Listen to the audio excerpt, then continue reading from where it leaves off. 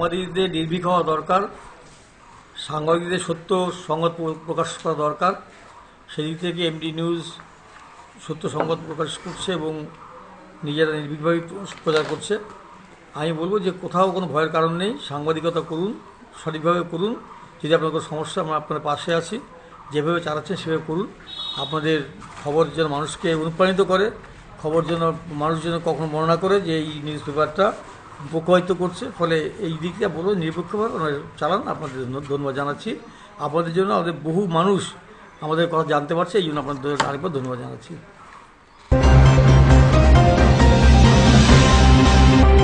উত্তর 24 পরগনা জেলার হাবড়া 2 নম্বর পঞ্চায়েত সমিতির অন্তর্গত গুমা একটি গ্রামীণ জনপদ। উদ্বাস্তু বাংলাদেশি ও ভূমিপুত্র স্থানীয় বাসিন্দাদের সমন্বয়ের এই এলাকার অর্থনৈতিক পরিকাঠামো বেশ নড়বড়ে। হাতে গোনা কয়েকজন বিত্তবান ও কিছু মধ্যবিত্ত ব্যতি রেখে এখানকার বেশিরভাগ মানুষেরই দিন গুজরান হয় দৈনিক আয়ের ভিত্তিতে। ফলত উদ্ভূত পরিস্থিতিতে তাদের অর্থহীন জীবনে চরম হতাশা নেমে এসেছে। ব্যস্ত জীবনে প্রতিদিনের সকালে তাদের অভিমুখ ছিল কলকাতামুখী। হঠাৎই তা স্তব্ধ হয়েছে বহুদিন। জমানো অর্থ নিঃশেষ হয়েছে অথবা তলানিতে এসে পৌঁছেছে। ভুকা পেটে রাগ কাটছেন না মুখে। মান সম্মানের ভয়ে অনেকেই দান পর্যন্ত নিতে পারছেন না। সেখানে হাজার চোখের চাহনি আর ফটো তোলার হিড়িকে তাদের আত্মমর্যাদাবোধ লুটিয়ে পড়ছে। গুমা স্টেশনের পাশে প্রতি বৃহস্পতিবার এবং রবিবার বসে হাট। জেলার অনেকগুলি বড় হাটের সঙ্গে এর তুলনা চলে। এলাকার বহু কৃষক ও ক্ষুদ্র ব্যবসায়ী এই হাট করে তাদের জীবন নির্বাহ করেন। আজ বৃহস্পতিবার গুমা হাটের অন্য চিত্র ধরা পড়ল। কলকাতায় বিভিন্ন ক্ষেত্রে কাজ করা বহু শ্রমিক আজ সবজি, ফল সহ অন্যান্য জিনিস নিয়ে বসে পড়েছেন রাস্তার ধারে। তার এবং পরিবারের মানুষগুলোর জীবন বাঁচানোর তাগিদে তারা মরিয়া হয়ে উঠেছেন। এত বিক্রেতা, কিন্তু ক্রেতা কই? ফলে দিন যত গড়াচ্ছে তাদের মধ্যে হতাশা বাড়ছে। এদিকে লকডাউন এবং গুমা হাট নিয়ে ইতিমধ্যে প্রশ্ন উঠেছে। সরকারি নির্দেশে বেলা 10টার আগে দোকান বাজার খোলার ক্ষেত্রে নিষেধাজ্ঞা থাকলেও তা মানা হচ্ছে না। বেশ কিছু ব্যবসায়ী সকাল থেকেই দোকান খুলে দিচ্ছেন। ফলে ঘর ছেড়ে শয়ে শয়ে মানুষ পথে নেমে আসছে। দূরত্ব মানাতে দূরস্থ তারা কার্যত দোকানগুলোর উপর ঝাঁপিয়ে পড়ছে। গুমা 1 নম্বর এবং 2 নম্বর গ্রাম পঞ্চায়েত, পুলিশ প্রশাসন লাগাতার প্রচার চালাচ্ছে।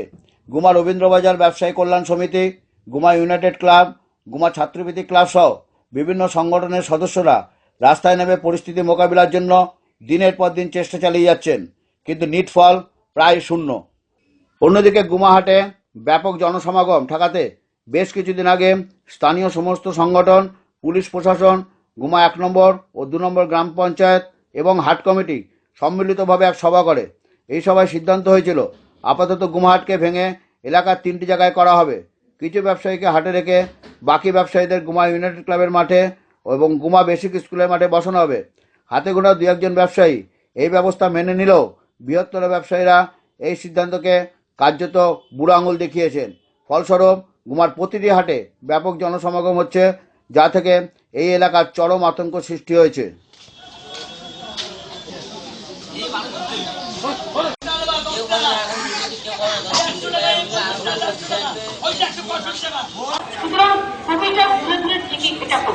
বাজারে এই সিস্টেমটা করতে পারলে আপনি নিজেও বাঁচবেন। যত্রতত্র থুতু ফেলবেন না।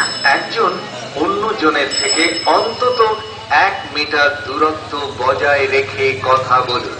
খুব জরুরি প্রয়োজন না হলে ঘরেই থাকুন। করোনা ভাইরাস হাওয়ায় ছড়ায় না, কোনো বস্তু বা কোনো মানুষের মাধ্যমেই এক জায়গা থেকে অন্য জায়গায় ছড়ায়। তাই সচেতন হন, সতর্ক থাকুন।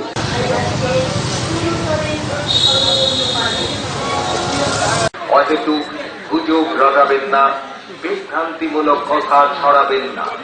সমস্ত সরকারি নিয়ম মেনে চলুন। সুদিন গোলদারের রিপোর্ট, এমডি নিউজ, উত্তর 24 পরগনা।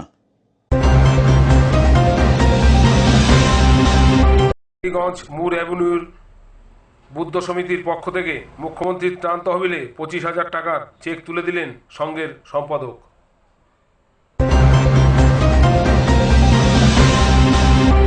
হিন্দু মিলন মন্দিরের পক্ষ থেকে লকডাউনে ক্ষতিগ্রস্ত সাধারণ অসহায় জাতি ধর্ম নির্বিশেষে 2000 পরিবারের হাতে চাল, আলু, ডাল, সাবান, বিস্কুট তুলে দেওয়া হলো।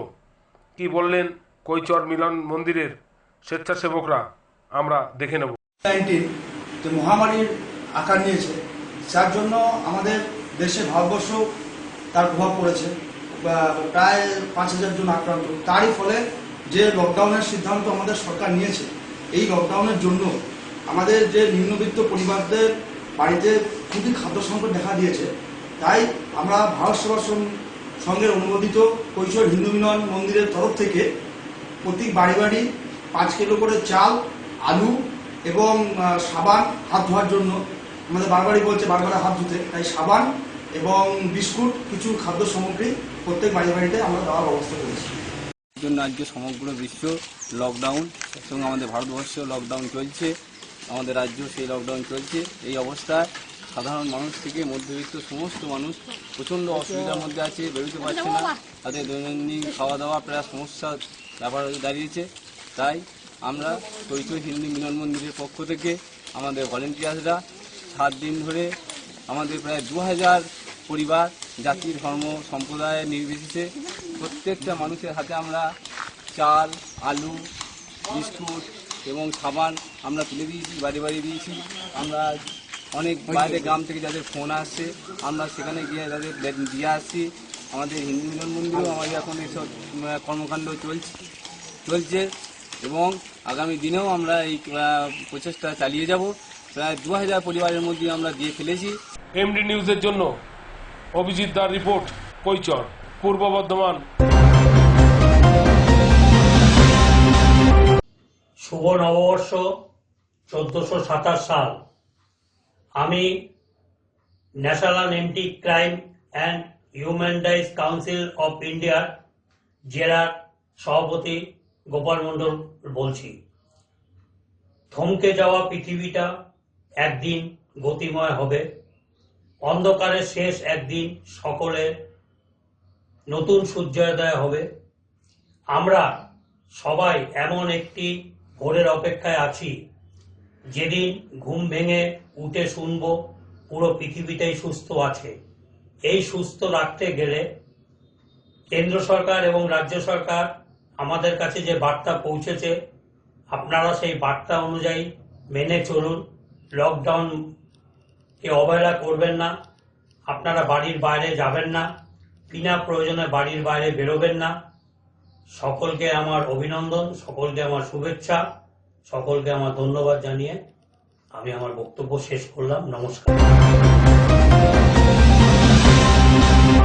কৃষ্ণনগর দমকল বাহিনীর পক্ষ থেকেও করোনা ভাইরাসের সতর্কতা জারি করা হলো, প্রচার করা হলো বিভিন্ন স্থানে। বললেন দমকল আধিকারিক, আমরা শুনে নেব। ঘরে ঢোকার আগে হ্যান্ড স্যানিটাইজার দিয়ে হাত ধুয়ে নেবেন এবং ঘরে ঢোকার পরে আপনি লাইফ বয় সাবান দিয়ে আপনার হাত পা ভালো করে ধুয়ে নেবেন, প্রয়োজনে স্নান করে নেবেন, প্রয়োজনে মাথাটা শ্যাম্পু করে নেবেন। আপনার মুহূর্তের অবহেলার জন্য আপনার জীবন, আপনার পরিবারের ভালোবাসার সম্পর্কে যারা আছে পূজনীয় এবং সুধন্য ভালোবাসা, সেই জীবনগুলো কিন্তু যে কোনো মুহূর্তে আপনার অবহেলার কারণে ভাইরাস দ্বারা আক্রান্ত হয়ে যেতে পারেন। আরেকটা বিষয়, আজ 2026 সাল 12 মাস বাংলার শেষ হয়ে গেছে। একটা ক্যালেন্ডার শেষ হয়ে আরেকটা ক্যালেন্ডারের প্রথম দিন আজকে চালু হয়েছে। আজ 1 বৈশাখ 2027 সাল মঙ্গলবার। কিন্তু সত্যিকার কথা বলতে গেলে আজ আর 1 বৈশাখ নেই, আজ 1 বৈশাখ। কারণ যেই কারণে আজকে আমাদের এই বিষময় পরিবেশ থেকে বিপন্ন হয়ে যাওয়ার দূরে থাকার জন্য আমরা আমাদের সরকারি নির্দেশনামা, স্বাস্থ্য মন্ত্রকের বিধিনিষেধগুলোকে মান্যতা দিয়ে লকডাউনের আওতায় আমরা গৃহবন্দী হয়ে জীবনযাপন করছি। সেই জায়গায় আবার আরেকটি বিশেষ দিন আজকে। সেই বিশেষ দিনটি হল আজ 14 এপ্রিল। আজ ইন্টারন্যাশনাল ফায়ার সার্ভিস ডে, অর্থাৎ আন্তর্জাতিক অগ্নি নির্বাপন দিবস। আজকের দিনে সারা বিশ্বে এই দিনটি উদযাপিত হচ্ছে এবং আজকের এই 14ই এপ্রিল থেকে আগামী 20 এপ্রিল এই এক সপ্তাহ ব্যাপী চলবে আন্তর্জাতিক অগ্নি নির্বাপন সপ্তাহ।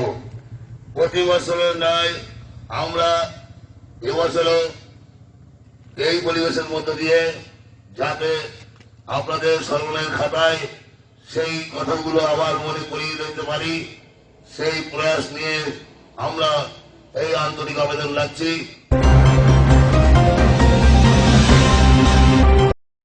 এত কষ্টের মধ্যেও একটি ভিডিও আপনাকে হাসাতে বাধ্য করবেই। দেখুন। অত্যাচার করবেন না, অন্যথায় আপনাদের 3 মাসের জন্য বাপের বাড়ি পাঠিয়ে দেওয়া হবে। স্বামী যা রোজগার করে এনে দিবে আপনাদের তাতেই সন্তুষ্ট এবং তাই খাইতে হবে।